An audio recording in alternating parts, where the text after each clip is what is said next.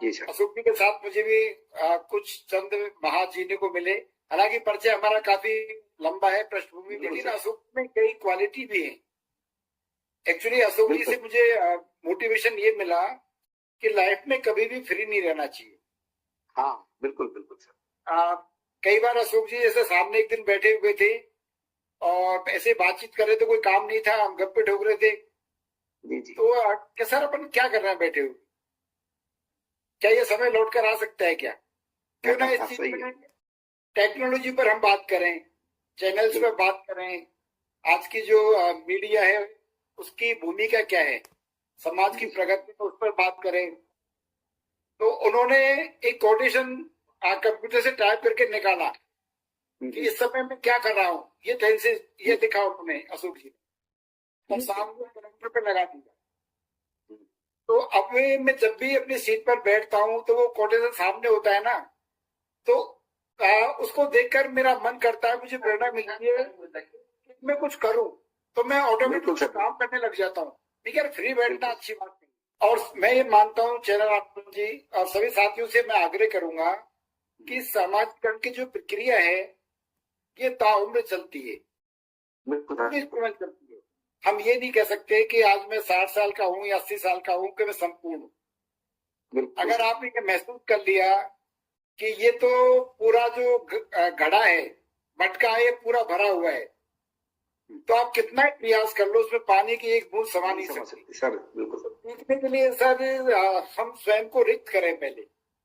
लेकिन सर मैं इसी बात को तो मैं अपने आप को ये महसूस करता हूँ कि इस तरीके के मोटिवेशन अगर जीवन में पहले भी अगर कोई आते, जैसे आपके अशोक जी आप तो प्रेरणा स्रोत हो गए, उसी तरीके से अगर हमारे भी अगर शुरुआत से अगर इस तरीके की मोटिवेशन अगर 2-4 आदमी मिलते, क्योंकि हम अकेले पड़ गए, हमको कोई मोटिवेशन देने वाला नहीं मिला, अब नहीं मिलने की वजह से हम अकेले रह गए। अब जो गांव में रहता है, गांव के परिवेश में वो अगर कहीं बैठता है और उसको मोटिवेशन नहीं मिलता है तो सर वो निराश तो होता है।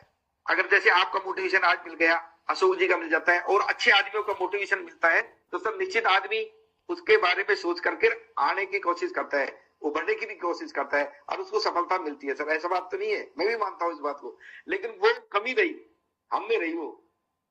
अरे ऐसा कोई मोटिवेशन, बिल्कुल बिल्कुल मोटिवेशन कि कई बार हम जिस माहौल में रहते हैं तो आसपास आलोचनाएं बहुत होती है एक दूसरे की। बिल्कुल बिल्कुल होती है, हाँ बिल्कुल होती है सर। तो मैं अक्सर देखा है मैंने लाइफ में, वो प्राय लोग आलोचनाओं का बहुत बुरा मान जाते हैं। मैं अशोक जी को भी कई बार कहता रहता हूँ मैं कि हमारी वो संस्कृति है, हम उस मिट्टी और उस धरा के लोग हैं कि जहाँ आलोचनाओं का भी आदर किया जाता है, उनका वेलकम और स्वागत किया जाता है। तो मैं हमारे मन में भी वही होना चाहिए। आलोचना हो रही है इसका मतलब हमारे व्यक्तित्व को सुधारने का कोई साथी हमें अवसर दे रहा है।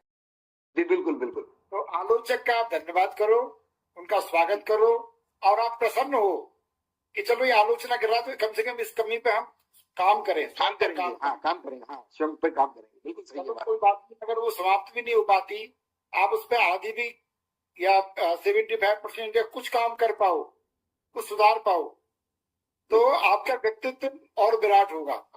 तो कहीं ना कहीं वो आलोचक सहयोगी तो बन गया ना आपका। बिल्कुल बिल्कुल।